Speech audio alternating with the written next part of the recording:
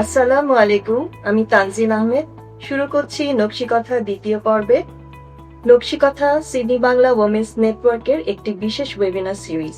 এই ওয়েবিনার সিরিজের মাধ্যমে আমরা গল্প বলে থাকি আমাদের আমন্ত্রিত অতিথিদের গল্পমালা নিয়ে। আজকে আমাদের বিশেষ আয়োজন আমাদের 4 জন সম্মানিত নারীর গল্প। আমার পথ আমার কথা। মূল অনুষ্ঠান শুরু করার আগে আমি ছোট্ট একটু গল্প বলতে চাই আমাদের SBW নিয়ে। এটি একটি নন প্রফিটেবল অর্গানাইজেশন। 2023 সালে এটি শুরু হয়েছিল এবং এখন সফলতার সাথে সমাজের দায়বদ্ধতার কাজটি করে যাচ্ছে SBW এর। আর এই কাজটি যিনি দক্ষতার সাথে পরিচালনা করছেন তিনি আমাদের প্রেসিডেন্ট নাহিদ সাইমা। উনি আমার আজকে কো-হোস্ট।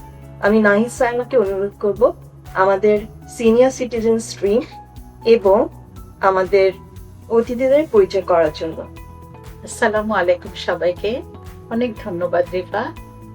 সিডনি বাংলা ওমেন্স নেটওয়ার্ক শুরু করার পিছনে আমাদের ছোট ছোট কিছু গল্প আছে। আমরা যারা বাবা মা ভাই বোন সেই হাজার হাজার মাইল দূরের বাংলাদেশে ছেড়ে এই প্রবাস জীবনকে বেছে নিয়েছিলাম, কারণে অকারণে আমাদের ব্যস্ততা এবং অলসতার সময়গুলিতে আমরা মিস করি তাদেরকে। আবার একইভাবে সেই 50-55 বছর আগে আমাদের যে সমস্ত আন্টি আঙ্কেলরা এদেশে এসেছিলেন, সময়ের সাথে সাথে তাদের একাকিত্বের সময়গুলোতে তারাও মিস করেন সবাইকে নিয়ে থাকার সময়টা। সেই 55 বছর আগে আমাদের আন্টি এবং আঙ্কেলরা যখন এদেশে এসেছিলেন, অস্ট্রেলিয়ার সমাজ ব্যবস্থাটা তখন একটু অন্যরকম ছিল। তাদের অনেক কষ্ট এবং পরিশ্রমের ফলশ্রুতিতে তাদের অনেক চড়াই উতরাই পার করে আজকের এই সুন্দর বাংলাদেশি অস্ট্রেলিয়ান কমিউনিটিটা আমরা বাস করতে পারছি। So Sydney Bangla women's network সবসময় চেয়েছে যে তাদের এই গল্পটা আমাদের পরের জেনারেশনের কাছে পৌঁছে দেওয়ার জন্য। সো আজকে আমি পরিচয় করিয়ে দিচ্ছি প্রথমে ইয়াসমিন আন্টিকে। ইয়াসমিন আন্টি আমাদের প্রথম যারা বাংলাদেশি এসেছিলেন, প্রথম 5 জনের মধ্যে একজন। 1970-তে উনি এসেছেন, 55 ইয়ার্স আগে। 2 জন ছোট ছোট বাচ্চা এবং আঙ্কেল, আমাদের লেট নজরুল আঙ্কেলকে সাথে করে উনি যখন এসেছেন, ছেলে মেয়ে মানুষ করার পাশাপাশি 30 বছর ধরে উনি সিডনি ইউনিভার্সিটির ক্যাম্পাসে যে স্কুলটা আছে, প্রাইমারি স্কুলে উনি শিক্ষকতা করেছেন। ছেলে মেয়ে নাতি নাতনিকে বড় করার পর রিটায়ারমেন্ট লাইফটা উনি এখন একাকী কাটাচ্ছেন, ইন্ডিপেন্ডেন্টলি, কন্টেন্ট, হ্যাপি, এবং উনি ইন্সপায়ার করছেন আমাদের সবাইকে। এরপরে আমরা আসি নাসরিন গনি আন্টির কাছে। আন্টি এসেছেন 1983-তে। বাংলাদেশে তখনকার বোর্ডে সবগুলোতে উনি ফার্স্ট অ্যাড করা। দেন ঢাকা ইউনিভার্সিটিতে ফার্স্ট হয়ে উনি যখন এসেছেন, আন্টি কর্মজীবন শুরু করেছেন সিডনি ইউনিভার্সিটির টিচার হিসেবে।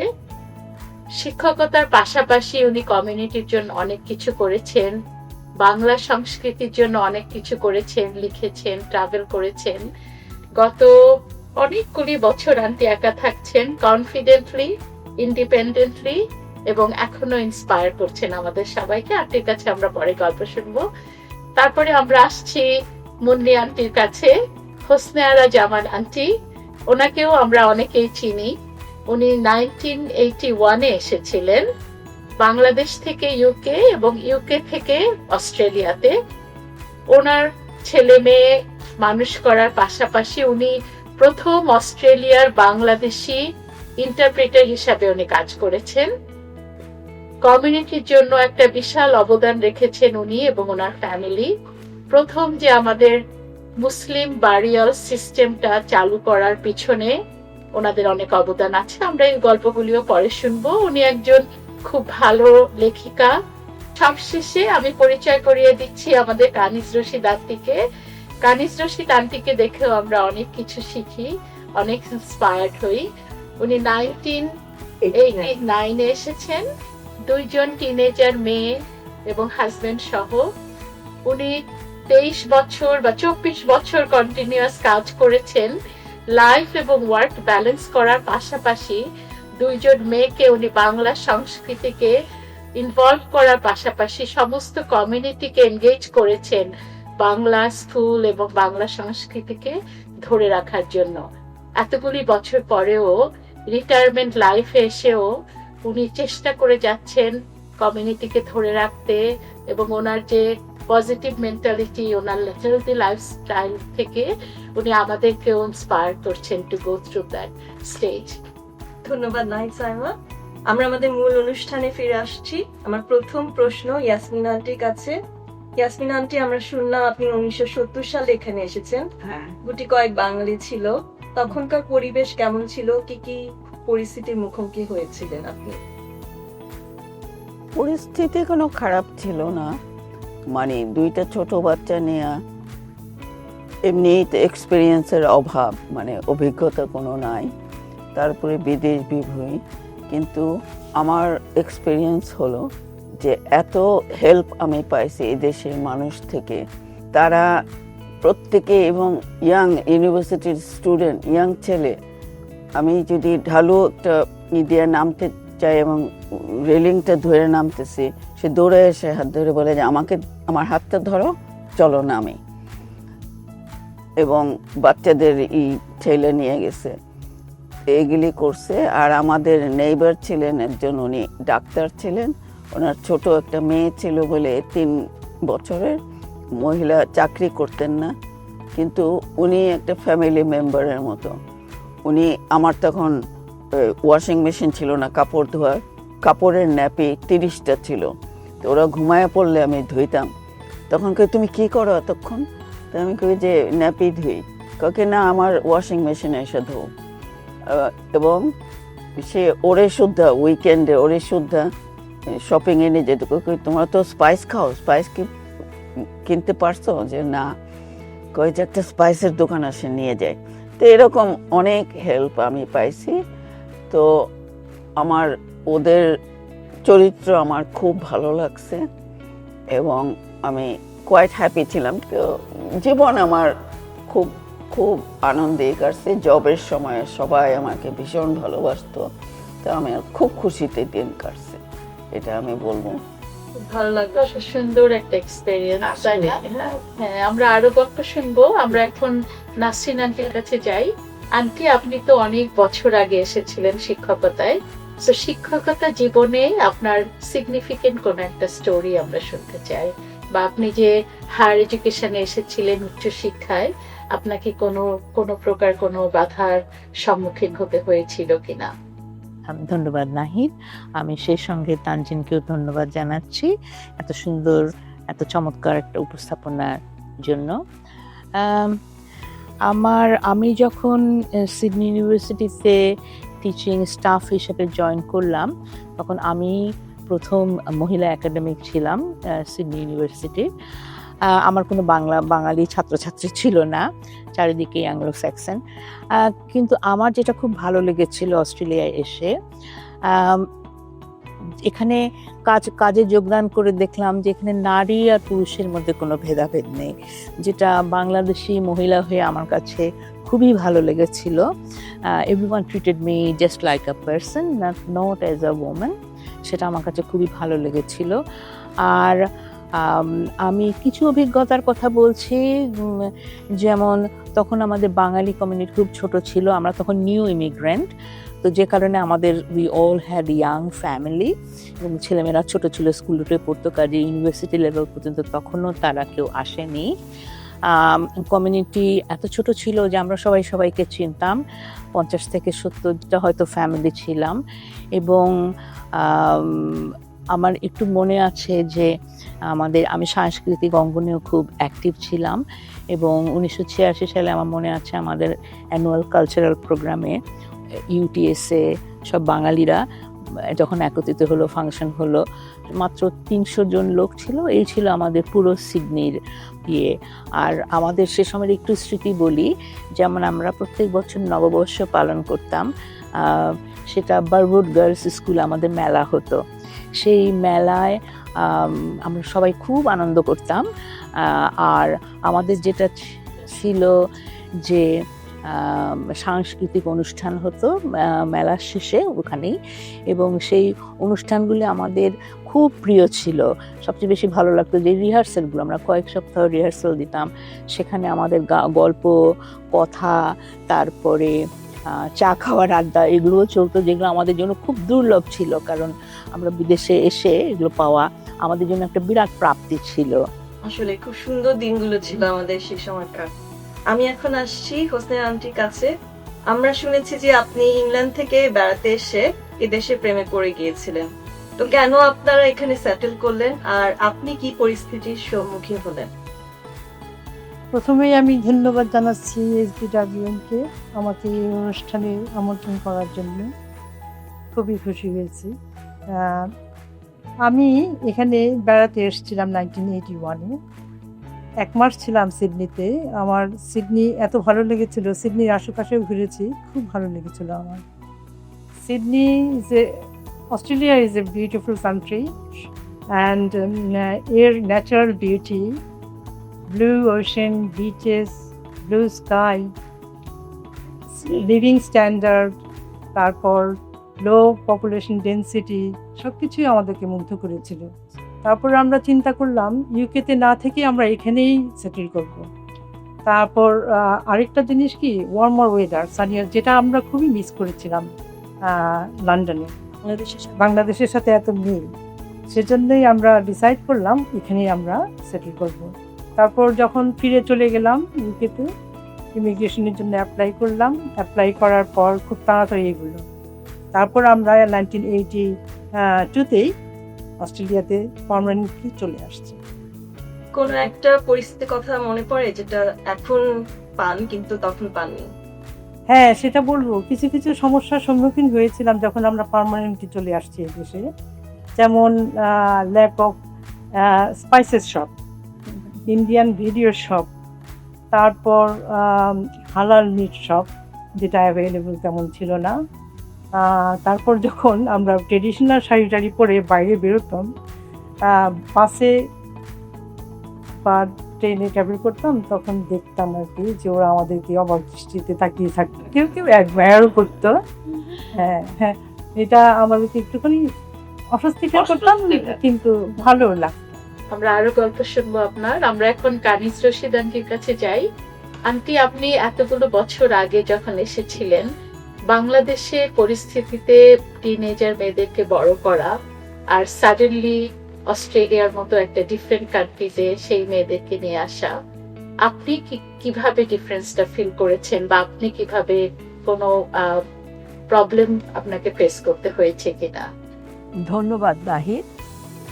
প্রথমেই আমি বলে নিই, আমি অত্যন্ত কৃতজ্ঞ যে আমাকে তোমরা আজকে এখানে আমন্ত্রণ জানিয়েছো। SBWM-এর সর্বাঙ্গীন সাফল্য আমি কামনা করি। যারা আমাদের এই প্রোগ্রামটা দেখছেন তাদের সবাইকে আমার সশ্রদ্ধ সালাম ও শুভেচ্ছা।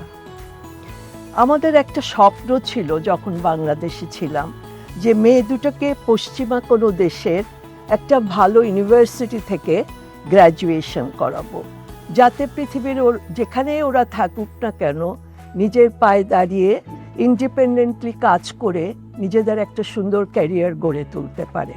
যেহেতু ল্যাঙ্গুয়েজ ব্যারিয়ার ওদের দুজনের ছিল না, তাই এখানকার স্কুলে লেখাপড়া এবং বন্ধুবান্ধব তৈরি করতে ওদের কোনোই অসুবিধা হয়নি।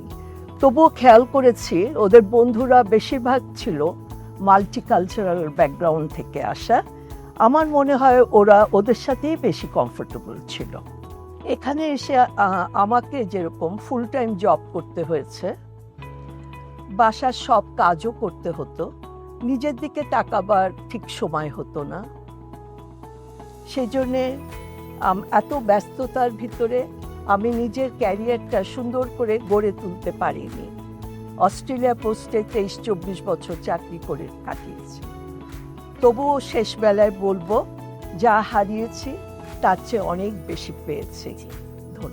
ধন্যবাদ আন্টি। আমি আসলে নিজের সাথে একটু রিলেট করতে পারছি আপনাদের মেয়েদের সিচুয়েশনটা। আসলে এটা একটা বড় অ্যাডজাস্টমেন্টের ব্যাপার ছিল। তো আমি আমার নেক্সট কোয়েশ্চেন যাচ্ছি আবার ইয়াসমিন আন্টির কাছে। তো আপনারা যখন এসেছিলেন, আপনাদের চেষ্টা ছিল ছেলে মেয়েদের মধ্যে একটা বাংলা সংস্কৃতি বজায় রাখার। সেই চেষ্টার কারণে আপনারা একটা শুনেছি বাংলা স্কুল খুলেছিলেন। হ্যাঁ, বাংলা স্কুল খুলছি, আর ওইখানে আমার বাচ্চারাও শিখতো বাংলা। এবং আমাদের একজন ফ্রেন্ড, উনি এই দায়িত্বটা নিয়েছে যে আমি পড়াবো, আমি এবং বই পুস্তক করে কিভাবে ওদেরকে শেখাবো এটা আমি করব। তো উনি এটা করছিলেন এবং আমার ছিল আমি সবসময় ওদের সাথে বাংলা বলতাম, এখনো বলি। ওরা বিয়ে করছে এই দেশীয় সাদা, কিন্তু ওর বউ বসে আছে, আমি বাংলাতেই কথা বলতেছি, ও বাংলাতেই উত্তর দিতেছে, হ্যাঁ, ফোনেও বাংলাতেই কথা বলতেছে। তারপরে আর লিটারেচার দিকেও খেয়াল আছে, ও অনেক সময় অনেক কবিতা রবীন্দ্রনাথের ও এনেকে আম্মা পড়ে একটু বুঝাই দাও তো যে এই জায়গাটা কি বলছে, এত ইন্টারেস্ট ওর। তো এটা আমরা এখনো করি এবং কনস্ট্যান্টলি বাংলাতেই কথা বলি। মানে আমার একটু প্রথমে অস্বস্তি লাগতো যে বউটা তো বুঝবে না, ওর হাজব্যান্ডটাও বুঝবে না, কিন্তু ওরা ওইদিকে কান দেয়নি, ওরা বইলেই গেছে এবং বাংলা লিখতে পড়তেও শিখছে। এইভাবে বাংলার চর্চাটা রয়ে গেছে আর কি। এখনও ইন্টারেস্ট বাংলা লিটারেচারের প্রতি এবং আগ্রহ দেখায়।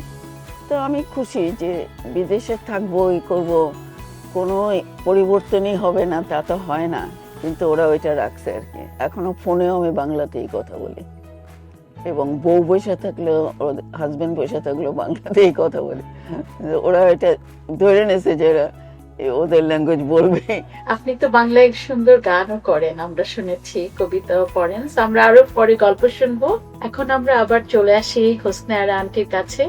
আন্টি, আপনার কাছে আমরা খুব সিগনিফিকেন্ট একটা ঘটনা সম্পর্কে জানতে চাই।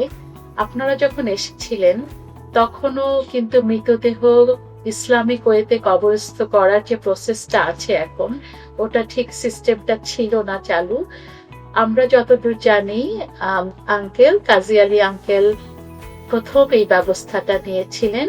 সো অ্যাজ এ ওয়াইফ আপনি তার সাথে ছিলেন, আপনার কাছ থেকে আমরা একটু গল্পটা শুনতে চাই। ধন্যবাদ নাহিদ। আসলে এটা খুবই একটা বিরাট চ্যালেঞ্জিং ছিল বাংলাদেশি, বিশেষ করে অল মুসলিমদের জন্য। কোনো সেমেটারিতেই আলাদা কোনো স্পেস ছিল না মুসলিম ব্যারিয়ালে। তবে রূপপুরে গভর্নমেন্ট অ্যালটমেন্ট দিয়েছিল বেশ কিছু জায়গা, কিন্তু সেটা ডেভেলপ করা হয়নি তখন আমার হাজবেন্ড ইনিশিয়েটিভ নিয়ে ডেভেলপ করেছিলেন, আর এটা এস্টাবলিশ করতে যথেষ্ট পরিশ্রম সময় দিতে হয়েছিল, যে কারণে সে কাজের পরেও তারপর প্রত্যেকটা উইকেন্ডে এনগেজ থাকতো। আর আমার মেয়েরা কমপ্লেন করতো আমাদেরকে সে একদম সময় দিতে পারতো না। তবে আমি কখনো ওকে বাধা দেই নাই। একটা ভালো কাজ, মুসলিম কমিউনিটির জন্য একটা উপকার হচ্ছে, এই কথা ভেবে আমি কোনোদিন বাধা দিইনি, বরঞ্চ সাপোর্টই করেছি। তারপর প্যারিয়াল এখন, তারপর আরেকটা কথা বলবো, আমার হাজবেন্ড এখন পর্যন্ত সে করে যাচ্ছে, আর 24 ঘন্টা তার ফোন অন থাকে। ইভেন ওভারসিজে যখন আমরা বেড়াতে যেতাম, ওই টেলিফোন কল আসতো ওর ওখান থেকে সে অ্যারেঞ্জ করতো ব্যারিয়ালের জন্য। আমার এখনো মনে আছে সেগুলো। তারপর কোনো ব্যারিয়াল যদি একটু দেরি হয়, ডিলে হয়, তো ও একদম স্ট্রেসফুল থাকতো, রাতে পর্যন্ত ঘুমাতো না। এটা একটা বিশাল দায়িত্ব ওর উপর, সেজন্য সেটা সুষ্ঠুভাবে যাতে হয় সেজন্য সে খুব এদিক দিয়ে খুব কেয়ারফুল ছিল। তবে একটা কাজের সফলতার সাথে অনেকের সহযোগিতার দরকার, আর সেটা সে খুব পেয়েছিল। বহু লোক তাকে সহযোগিতা করেছে, এর জন্য সেও অনেক কৃতজ্ঞ। আপনার সহযোগিতা অবশ্যই ছিল। অবশ্যই, কারণ আমরাও এফেক্টেড হয়েছিলাম, নো ডাউট। আমাদেরকে তো সে অনেক কিছু সময় দিতে পারে না, অনেক ব্যাপারে অনেক ঘটনা আছে, কিন্তু এখন এত বলা যাবে না। আমরা খুবই কৃতজ্ঞ, আমাদের কমিউনিটি খুবই কৃতজ্ঞ যে এত বড় কাজ আপনারা আপনার পরিবার করেছেন। আমার নেক্সট প্রশ্ন নাসরিন কোনি আন্টির কাছে। আপনার কোনো একটা ঘটনার কথা মনে পড়ে যে ঘটনাটা বললে আমাদের নেক্সট জেনারেশন খুবই ইন্সপায়ার্ড হবে? আসলে জীবনের চলার পথ যখন অনেক সুদীর্ঘ হয়, তখন এত ঘটনায় সেখানে জমে, অনেক কিছুই বলা যায়। তবে ধরো আমি যদি একটু জেনারেল ওয়েতে বলি, যে ঘটনা না বলে, যে আমি নিজে খুব হার্ডওয়ার্কিং ছিলাম এবং আমি সবসময় যেটা সবাইকে বলেছি যে কাজটাকে খুব সিরিয়াসলি নেওয়া এবং সেটা ভালোভাবে করা। আমি যেটা সবসময় স্টুডেন্টদেরকেও বলতাম যে when you work like anything and when you finish give yourself a reward. সেই রিওয়ার্ডটা এক কাপ চা হতে পারে, এক কাপ কফি হতে পারে। আমি নিজে রিটায়ার করার পরে বেরিয়ে পড়ি, 1.5 বছর একটানা সারা পৃথিবীতে 6টি উপমহাদেশে বেরিয়েছি এবং আমার জীবনের যা স্বপ্ন ছিল, Galapagos Island, Easter Island, Machu Picchu, Rainbow Mountain, আমি সব ঘুরেছি, দেখেছি। তা আমার মনে হয় যে you must treat yourself at the end, so work hard.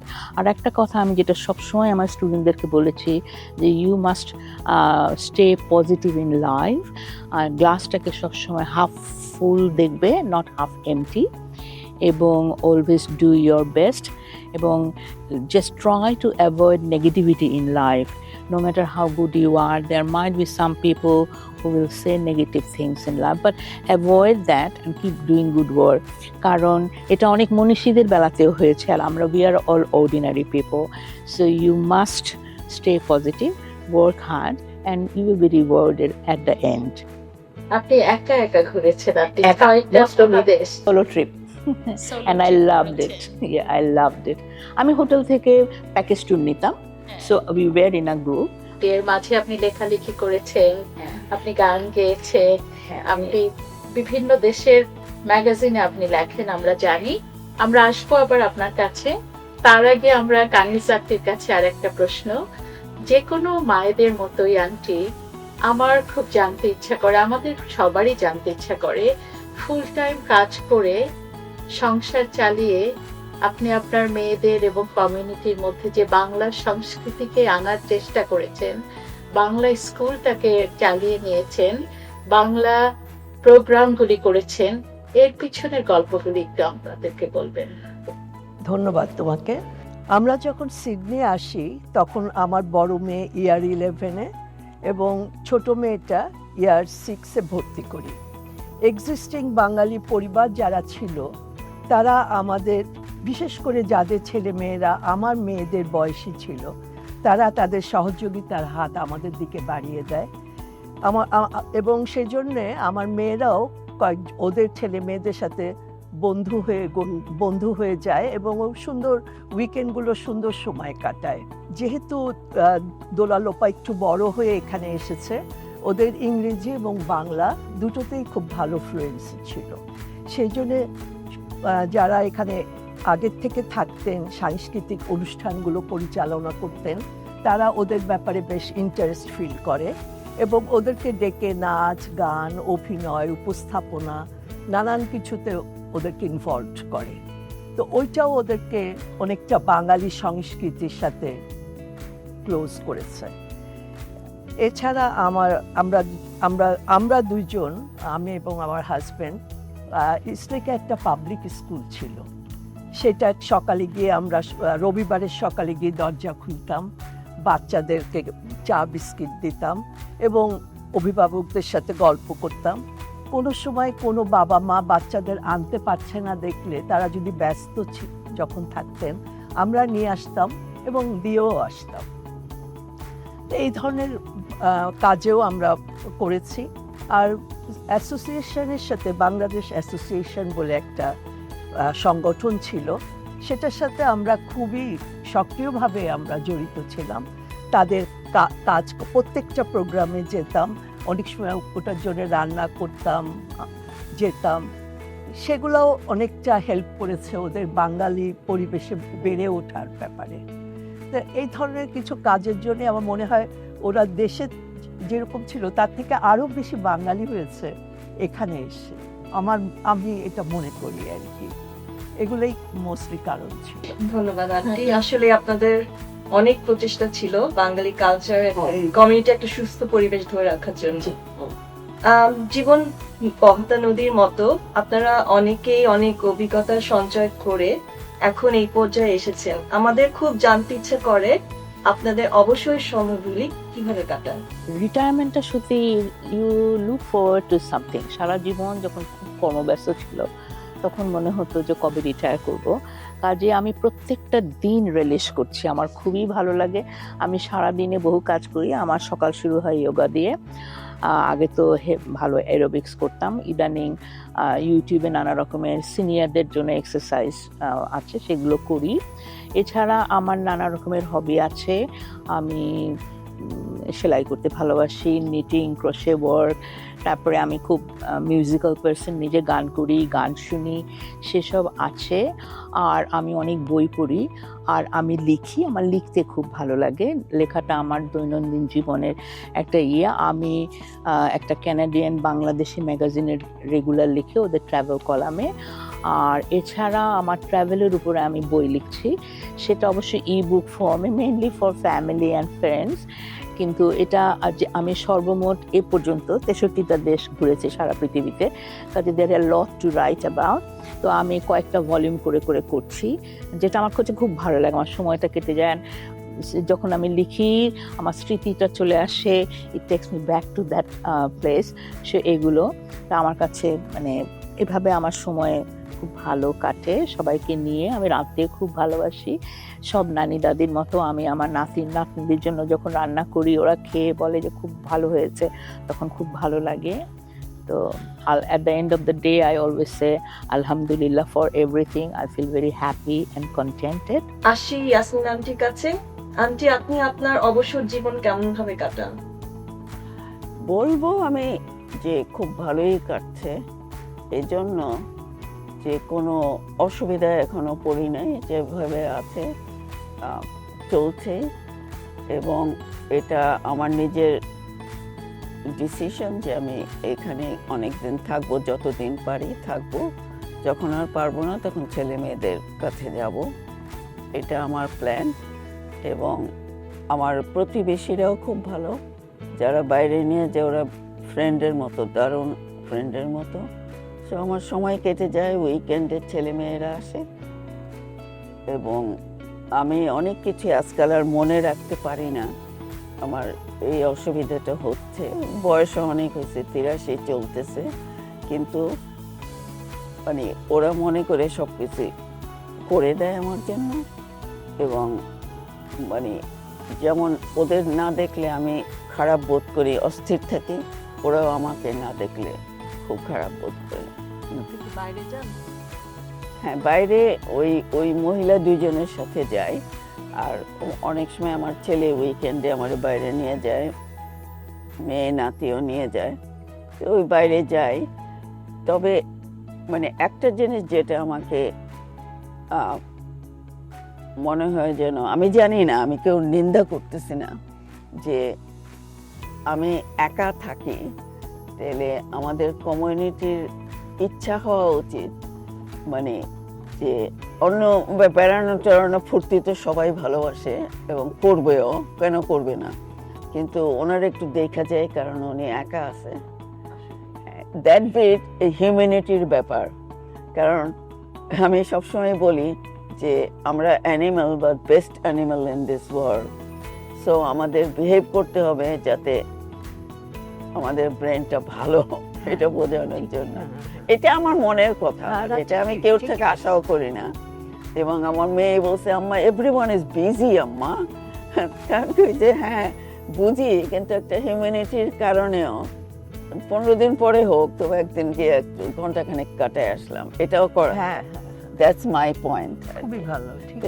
এইটুকুই বললাম, কিন্তু আমি ভালো আছি। আমি বলবো যে আমি মানে ও বেঁচে থাকতে বুঝতাম না, কিন্তু ওরে খুব মিস করি, যেহেতু ফ্রিডমটা তো আর নাই। চলো চলে যাই অমুকখানে, চলো অমুক করি, এগুলি তো আর হচ্ছে না। কিন্তু সব তো সব সময় পাওয়া যাবে না, কিছু কিছু ছাড়তে হবে, কিছু কিছু বাদ যাবে। But in spite of everything আমি ভালোই আছি, আমি বলবো। কানিজা আন্টি, আপনার অবসর সময় কেমন কাটছে? রিটায়ার করার পর থেকেই আমার মনে হয়েছে যে আমাদের মনটা ভালো রাখা, খুশি রাখাটা খুবই ইম্পর্ট্যান্ট। সেই জন্যে আমি ফ্যামিলি এবং ফ্রেন্ডসকে অনেক সময় দিতে চেষ্টা করি। তাদের কাছ থেকে কি পেলাম, সেটা যেটাই পাই সেটাই আমি খুব খুশি মনে নিই। কি পেলাম না সেটা নিয়ে দুঃখ করি না। সপ্তাহে 2 দিন হাইড্রোথেরাপি করতে যাই, আর বাকি 3-4 দিন পার্কে যাই, নানান রকম এক্সারসাইজ করে নিজেদেরকে ফিট রাখতে চেষ্টা করি। আজকাল স্বাস্থ্যসম্মত খাওয়া খেতে শুরু করেছি, যেরকম দুধ বা ফ্রুটস আমার ভালো লাগে না, তবুও জোর করে খাচ্ছি। এছাড়া ট্রাভেল করি। কখনো মুখে বলি না যে আমাদের বয়স হয়েছে, দাঁড়িয়ে রান্না করতে কষ্ট হয়, আজকাল স্লো হয়ে যাচ্ছি, এটা পারি না, ওটা পারি না। এগুলো কথাগুলো সত্যি, এই বয়সের জন্য সত্যি, কিন্তু তবুও এই ধরনের কথা বেশি বলে আমি এই অ্যাটিটিউডটাকে চর্চা করি না। নেগেটিভ মানুষের কাছ থেকে একটু দূরে থাকতেই আমি আজকাল ভালোবাসি। আমার মনে হয় আমাদের বয়স আমরা ধরে রাখতে পারবো না, কিন্তু মনের যে একটা বয়স আছে সেটাকে ধরে রেখে একটু হাসি খুশিভাবে, সুন্দরভাবে আমাদের এই অবসর জীবনটা যেন কেটে যায়, সেটাই চেষ্টা করি। সুন্দর করে বললেন।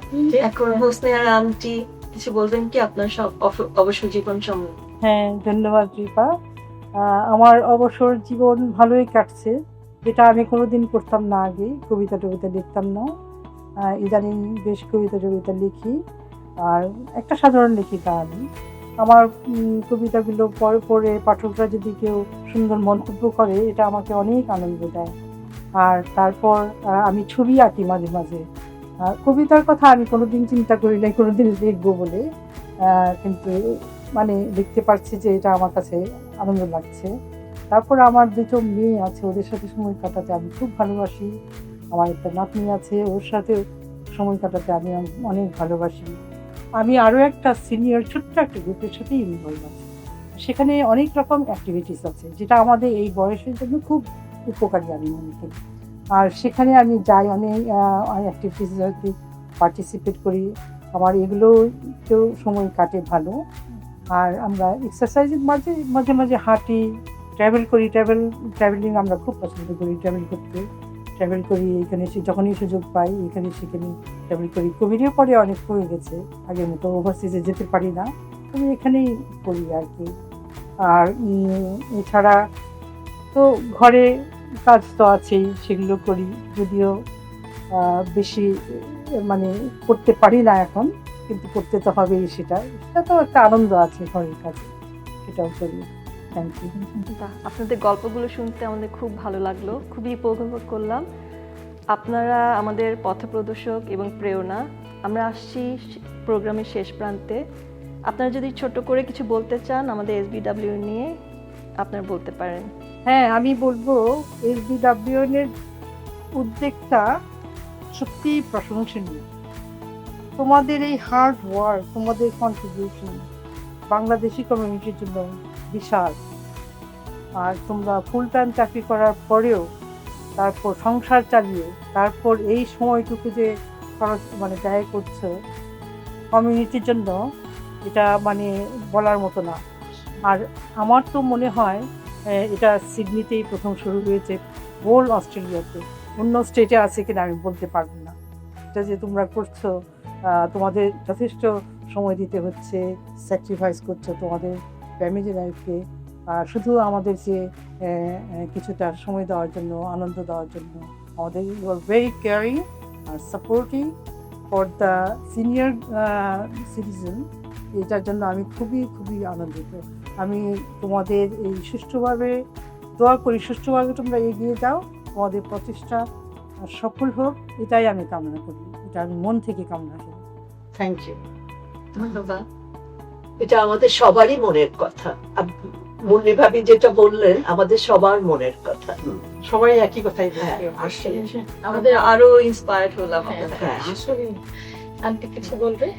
অবশ্যই তোমরা এত সুন্দর একটা একটা অর্গানাইজেশন করেছো এবং এত ভালো ভালো সব কাজ করে যাচ্ছ, তাতে আমি শুধু মুগ্ধই হই। এই ধরনের একটা অর্গানাইজেশন করার কথা আমি অনেক বছর ধরে ভেবেছিলাম। আমরা কিছু ফ্রেন্ড হোল অস্ট্রেলিয়াতে ছড়িয়ে ছিটিয়ে আছি। তখন আমি ভাবতাম যে এরকম পজিটিভ মাইন্ডেড কিছু লোক কেন আমরা একখানে হয়ে supporting others for some good cause কেন করি না।